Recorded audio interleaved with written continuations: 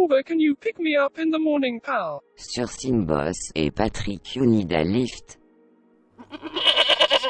The fuck you mean the coach gave you a game of? This is some BS. Yeah, what the fuck? Wait, the boss is coming, scram!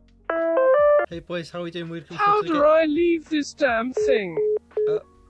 I guess I must have just missed you. What is good, boys and girls, and welcome back to another episode of Quackers TV. Yes, the Arsenal career mode. It's finally back. I know you've missed it. The fact that I have made as many Tottenham videos as I have Arsenal videos in the last week does leave a pretty bitter taste in my mouth, but I am back and better than ever, as you can see. Fulham, our opponents today. We have been on a roll. All comers taken on. Karim Adeyemi. Not looking too strong, but we face our biggest challenge yet. Yes, my young impressionable self. But wait. I'm gonna do it. He better goddamn do it. Don't do it. Don't do it. Please God have mercy. Nah, fuck you, mate. Yes, today my young impressionable self Yes, do me you shite pricks. I am will your have king. to take on the monster that is Gylfi Sigurdsson. But for now, Fulham the opponent, and Fulham getting royally back into the game, I guess. But the star boy would come forth when we needed him, whip down the wing, find Martin.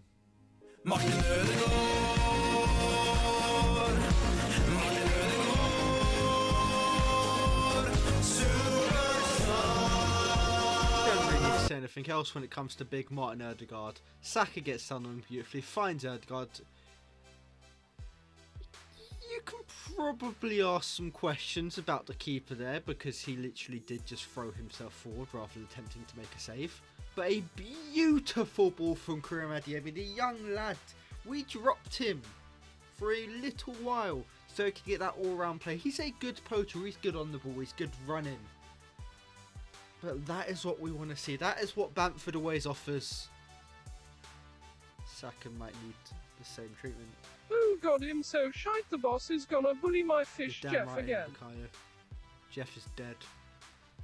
Yes, maybe Saka might need that Adeyemi frozen out treatment, because if he's finished like that, it's just not looking great for him.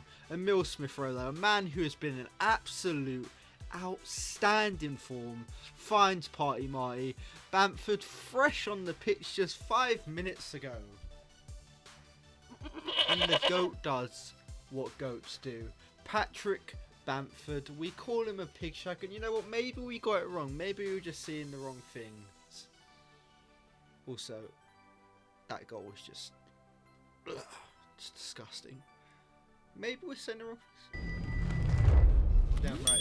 Yeah, maybe we're saying the wrong things with Bamfy. But you know what, I've got to say, there's an argument for a new GOAT, because Smith-Rowe, what has happened to... Okay, Patrick, I get it. I'll shut up now. You are the GOAT. You are the greatest player of all time. It's okay. Yes, Fulham put straight into the rearview mirror. Straight into the spin cycle. 6-1. Boys and girls, what a way to start off an episode. The boys, they are up for it. I told you, we're not just coming for the league title this year. We want it all. Carabao Cup, FA Cup, European Super Cup if you have to. We're going to somehow qualify for it. We want it all. 14 goals in just 11 games for Patrick Bamfgoat. Everton, though. Gylfi Sigurdsson still in the game for some reason. But Party Martinelli comes forward. He finds Bamford, and I mean... people actually question why I signed this man. Exactly, Patrick. They are stupid pricks. Why wouldn't you sign him? He has the best left foot in the game. And that's not me capping. That's not me taking the piss. He does. Ball up to Samoa now. You know, as good as Bamford has been this year, I've got to say, there are some major question marks about Aaron Ramsdale. That man is looking not so fresh, and you know, most people like me and you, we've never felt not so fresh down there, but He's looking like it. I mean, what the fuck even was this? He just looks like a pillock. Dumb prick. We would come forward again though. Robin Gossens, Emil Smith Rowe, Patrick Bamford, and that is what I'm talking about. Thomas Partey, party, t t t t t hard. Zoom zoom zoom, zoom zoom zoom. Watch me. Everyone involved in that song. I can't wait for your future grandchildren to rip you a new one, you dead people. Anyway, Everton do come forward. They do get an opportunity, but it's ref. That's a foul. What? Ref, that was a foul. No, oh my god.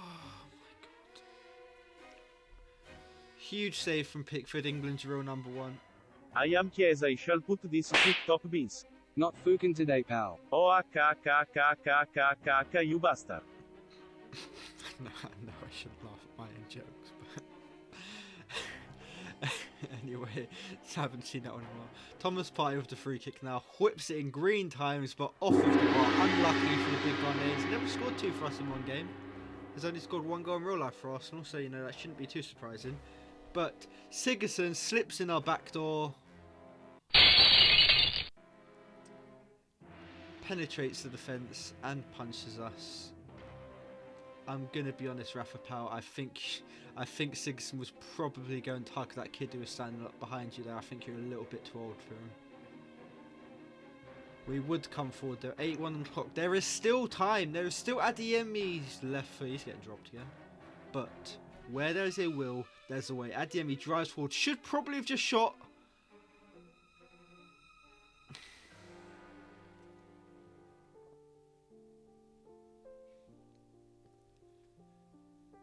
We did our best, boys and girls, but unfortunately Gylfi Sigurdsson's nonce powers were just too much for our childlike innocence, and we would lose our 3 points.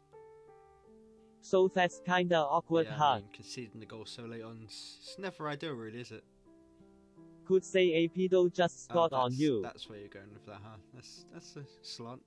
Snuck in the back door, huh, pal? I mean, there's kids watching this, so maybe don't. Tokyo I mean, that Inex. just seems a bit on the nose. Do you think you may have considered late because your team was so young and inexperienced and it excited the nonce? I'm sorry, I need to stop laughing at my own jokes. This interview's over, goodbye. Yes, boys and girls, we did lose our undefeated run, but we were already through in Europe, which meant we get opportunities to rest some players. 2-2, it may not seem great, maybe we could have used that game to build some momentum, but we wanted to rest some bigger players because we do have a massive game up next against the team Gabby Agbonlahor is labelled the second biggest in London. We were already comfortably through our group.